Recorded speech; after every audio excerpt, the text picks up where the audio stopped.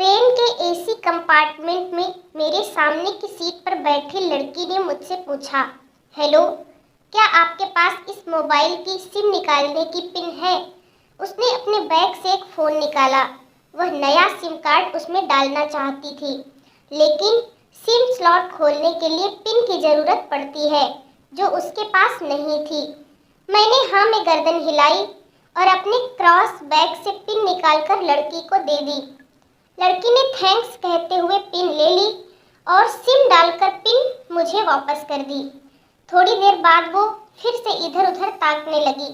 मुझसे रहा नहीं गया, मैंने पूछ लिया, कोई परेशानी? वो बोली, सिम स्टार्ट नहीं हो रही है। मैंने मोबाइल मांगा, उसने दिया। मैंने उससे कहा कि सिम अभी एक्टिवेट नहीं हुई है, थोड़ी देर में हो जाएगी। एक्टिव होने के बाद आईडी वेरिफिकेशन होगा, उसके बाद आप इसे इस्तेमाल कर सकेंगी। लड़की ने पूछा, आईडी वेरिफिकेशन क्यों?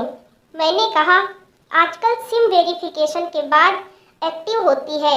जिस नाम से ये सिम उठाई गई है उसका ब्यौरा पूछा जाएगा, बता देना।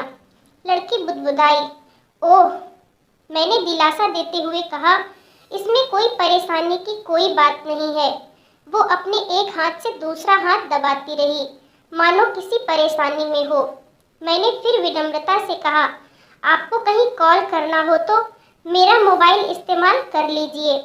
लड़की ने कहा, जी फिलहाल नहीं, थैंक्स, लेकिन ये सिम किस नाम से खरीदी गई है मुझे नहीं पता। मैंने कहा, एक बार एक्टिव होने दीजिए, जिसने आपको सिम दी है उसी के नाम की होगी। उसने कहा, ओके, कोशिश करते हैं। मैंने पूछा, आपका स्टेशन कहाँ है? लड़की ने कहा, दिल्ली। और आप? लड़की ने मुझसे पूछा।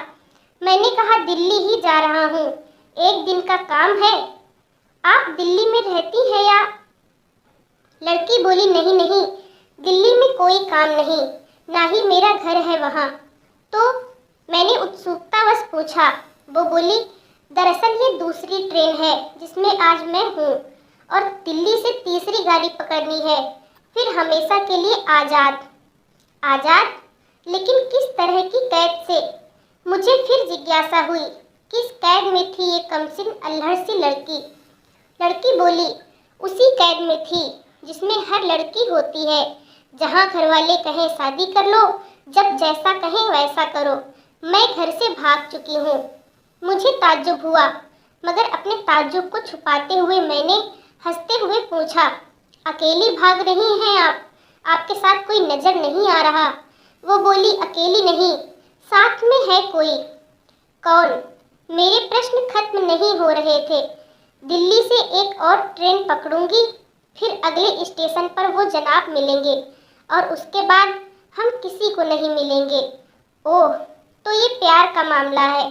उसने कहा, जी। मैंने उसे बताया कि मैंने भी लव मैरिज की है। ये बात सुनकर वो खुश हुई, बोली, वाओ, कैसे, कब? लव मैरिज की बात सुनकर वो मुझसे बात करने में रुचि लेने लगी। मैंने कहा, कब, कैसे, कहाँ? वो मैं बाद में बताऊंगा, पहले आप बताओ, आपके घर में कौन कौन है? उसने होशियारी बरतते हुए कहा, वो मैं आपको क्यों बताऊं? मेरे घर में कोई भी हो सकता है, मेरे पापा, माँ, भाई, बहन, या हो सकता है भाई ना हो, सिर्फ बहनें हो। या ये भी हो सकता है कि बहनें ना हो और दो चार गुस्सा करने वाले बड़े भाई हो। मतलब मैं आपका नाम भी नहीं पूछ सकता? मैंने काउंटर मारा। वो बोली, कुछ भी नाम हो सकता है मेरा, टीना, मीना, रीना, कुछ भी। बहुत बातूनी लड़की थी वो। थोड़ी इधर उधर की बातें करने के बाद उसने मुझे टॉफ़ी दी, जैसे छोटे बच्चे देते हैं क्लास में। बोली, आज मेरा बर्थडे है। मैंने उसकी हथेली से टॉफ़ी उठाते बधाई दी और पूछा, कितने साल की हुई हो? वो बोली, 18। मतलब भागकर शादी करने की कानूनी उम्र हो गई आपकी। वो हंसी। कुछ ही देर में काफ़ी फ्रैंक हो चुके थे हम दोनों, जैसे बहुत पहले से जानते हो एक दूसरे को। मैंने उसे बताया कि मेरी उम्र 35 साल है, यानी 17 साल बड़ा हूँ। उसने चुटकी लेते हुए कहा, लग तो नहीं रहे हो। मैंने मुस्कुरा दिया। मैंने उससे पूछा, तुम घर से भाग कर आई हो, तुम्हारे चेहरे पर चिंता के निशान जरा भी नहीं है। इतनी बेफिक्री मैंने पहली बार देखी। खुद की तारीफ सुनकर वो खुश हुई।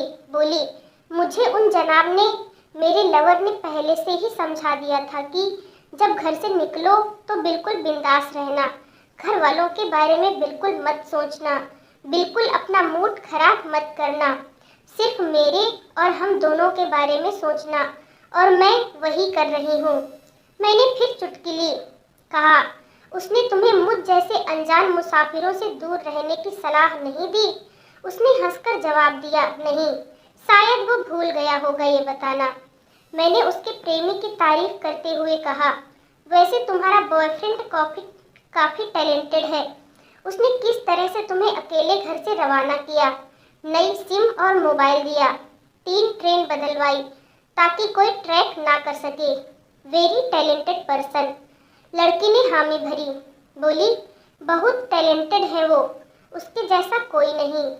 मैंने उसे बताया कि मेरी शादी को 10 साल हुए हैं, एक बेटी है 8 साल की और एक बेटा 1 साल का। ये देखो उनकी तस्वीर। मेरे फोन पर बच्चों की तस्वीर देखकर उसके मुंह से निकल गया, सो क्यूट। मैंने उसे बताया कि ये जब पैदा हुई तब मैं कुवैत में था, एक पेट्रो कंपनी में बहुत अच्छी जॉब थी मेरी, बहुत अच्छी सैलरी थी। फिर कुछ महीनों बाद मैंने वो जॉब छोड़ दी और अपने ही कस्बे में काम करने लगा। लड़की ने पूछा, जॉब क्यों छोड़ी? मैंने कहा, बच्ची को पहली बार गोद में उठाया तो ऐसा लगा जैसे मेरी दुनिया मेरे हाथों में है। 30 दिन की छुट्टी पर घर आया था, वापस जाना था लेकिन जा ना सका।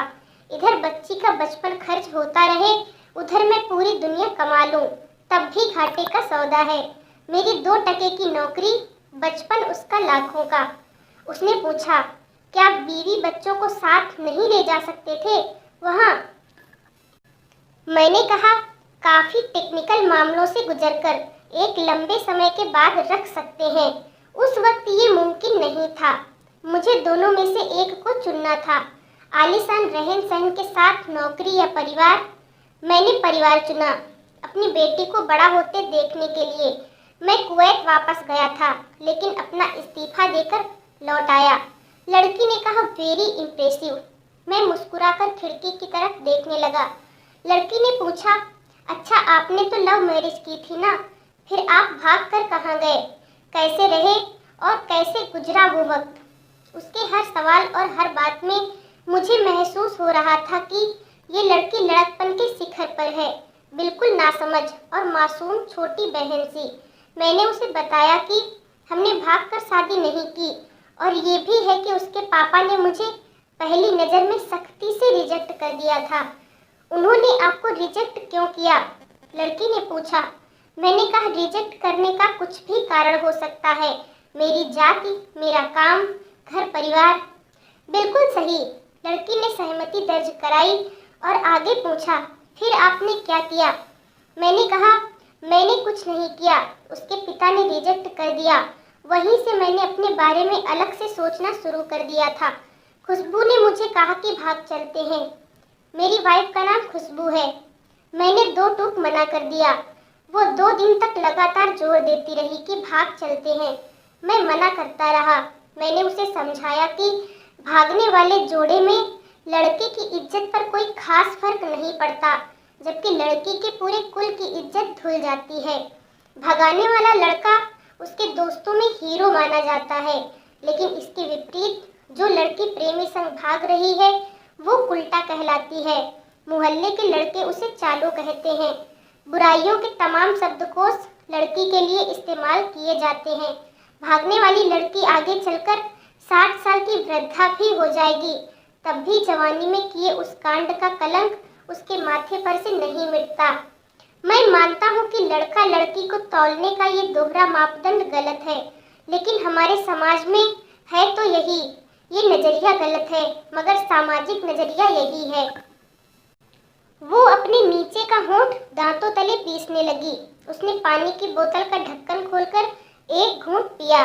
मैंने कहा, अगर मैं उस दिन उसे भगा ले जाता तो उसकी माँ तो शायद कई दिनों तक पानी भी न पीती। इसलिए मेरी हिम्मत ना हुई कि ऐसा काम करूं। मैं जिससे प्रेम करूं उसके माँ बाप मेरे माँ बाप के समान ही हैं, चाहे शादी ना हो तो ना हो। कुछ पल के लिए वो सोच में पड़ गई, लेकिन मेरे बारे में और अधिक जानना चाहती थी। उसने पूछा, फिर आपकी शादी कैसे हुई? मैंने बताया कि खुशबू की सगाई कहीं और कर दी गई थी। धीरे धीरे सब कुछ नॉर्मल होने लगा था। खुशबू और उसकी मंगेतर की बातें भी होने लगी थी फोन पर। लेकिन जैसे जैसे शादी नजदीक आने लगी, उन लोगों की डिमांड बढ़ने लगी। डिमांड मतलब? लड़की ने पूछा। डिमांड का एक ही मतलब होता है, दहेज की डिमांड। परिवार में सबको सोने से बने तोहफे दो, दूल्हे को लग्जरी कार चाहिए, सास और ननद को नेकलेस दो, वगैरह वगैरह। बोले हमारे यहाँ रीत है। लड़का भी इस रीत की अदायगी का पक्षधर था। वो सगाई मैंने तुड़वा डाली, इसलिए नहीं कि सिर्फ मेरी शादी उससे हो जाए, बल्कि ऐसे लालची लोगों में खुशबू कभी खुश नहीं रह सकती थी, ना उसका परिवार। फिर किसी तरह घर वालों को समझा बुझाकर मैं फ्रंट पर आ गया और हमारी शादी हो गई। ये सब किस्मत की बात थी। लड़की बोली, चलो अच्छा हुआ आप मिल गए, वरना वो गलत लोगों में फंस जाती। मैंने कहा, जरूरी नहीं कि माता पिता का फैसला हमेशा सही हो, और ये भी जरूरी नहीं कि प्रेमी जोड़े की पसंद सही हो। दोनों में से कोई भी गलत या सही हो सकता है। काम की बात यहाँ ये है कि कौन ज्यादा वफादार है। लड़की ने फिर से पानी का घूंट लिया और मैंने भी। लड़की ने तर्क दिया कि हमारा फैसला गलत हो जाए तो कोई बात नहीं, उन्हें ग्लानि नहीं होनी चाहिए। मैंने कहा, फैसला ऐसा हो जो दोनों का हो, बच्चों और माता पिता दोनों की सहमति, वो सबसे सही है। बुरा मत मानना, मैं कहना चाहूँगा कि तुम्हारा फैसला तुम दोनों का है, जिसमें तुम्हारे पेरेंट्स शामिल नहीं है। न ही तुम्हें इश्क का असली मतलब पता है अभी। उसने पूछा, क्या है इश्क का सही अर्थ? मैंने कहा, तुम इश्क में हो, तुम अपना सब कुछ छोड़कर चली आई, ये सच्चा इश्क है। तुमने दिमाग पर जोर नहीं दिया, ये इश्क है। फायदा नुकसान नहीं सोचा, ये इश्क है। तुम्हारा दिमाग दुनियादारी के फितूर से बिल्कुल खाली था, उस खाली जगह में इश्क का फितूर भर दिया गया। जिन जनाब ने इश्क को भरा, क्या वो इश्क में नहीं है? यानी तुम जिसके साथ जा रही हो वो इश्क में नहीं, बल्कि होशियारी, हीरोगिरी में है। जो इश्क में होता है वो इतनी प्लानिंग नहीं कर पाता है, 3 ट्रेनें नहीं बदलवा पाता है, उसका दिमाग इतना काम ही नहीं कर पाता। कोई कहे मैं आशिक हूँ और वो सातिर भी हो, ये नामुमकिन है। मजनू इश्क में पागल हो गया था, लोग पत्थर मारते थे उसे। इश्क में उसकी पहचान तक मिट गई, उसे दुनिया मजनू के नाम से जानती है, जबकि उसका असली नाम कैस था, जो नहीं इस्तेमाल किया जाता। वो सातिर होता तो कैस से मजनू ना बन पाता। फरहाद ने सीरी के लिए पहाड़ों को खोदकर नहर निकाल डाली थी, और उसी नहर में उसका लहू बहा था। वो इश्क था। इश्क में कोई फकीर हो गया, कोई जोगी हो गया, किसी माझी ने पहाड़ तोड़कर रास्ता निकाल लिया, किसी ने अतिरिक्त दिमाग नहीं लगाया, चालाकी नहीं की। लालच, हवस और हासिल करने का नाम इश्क नहीं है। इश्क समर्पण करने को कहते हैं, जिसमें इंसान सबसे पहले खुद का समर्पण करता है, जैसे तुमने किया। लेकिन तुम्हारा समर्पण हासिल करने के लिए था, यानी तुम्हारे इश्क में लालच की मिलावट हो गई। लड़की अचानक खोसी गई, उसकी खिलखिलाहट और खिलंदड़ापन एकदम से खामोशी में बदल गया। मुझे लगा मैं कुछ ज्यादा बोल गया, फिर भी मैंने जारी रखा। मैंने कहा, प्यार तुम्हारे पापा तुमसे करते हैं, कुछ दिनों बाद उनका वजन आधा हो जाएगा। तुम्हारी माँ कई दिनों तक खाना नहीं खाएगी, न पानी पिएगी, जबकि आपको अपने आशिक को आजमा कर देख लेना था। ना तो उसकी सेहत पर फर्क पड़ता, न दिमाग पर। वो अक्लमंद है, अपने लिए अच्छा सोच लेता। आजकल गली मोहल्ले के हर तीसरे लौंडे लपाटे को जो इश्क हो जाता है, वो इश्क नहीं है, वो सिनेमा जैसा कुछ है। एक तरह की स्टंटबाजी, डेयरिंग, अलग कुछ करने का फितूर, और कुछ नहीं। लड़की का चेहरे का रंग बदल गया, ऐसा लग रहा था वो अब यहाँ नहीं है। उसका दिमाग किसी अतीत में टहलने निकल गया। मैंने अपने फोन को स्क्रॉल किया, लेकिन मन की इंद्री उसकी तरफ थी। थोड़ी ही देर में उसका और मेरा स्टेशन आ गया। बात कहाँ से निकली थी और कहाँ पहुँच गई। उसके मोबाइल पर मैसेज टोन बजी।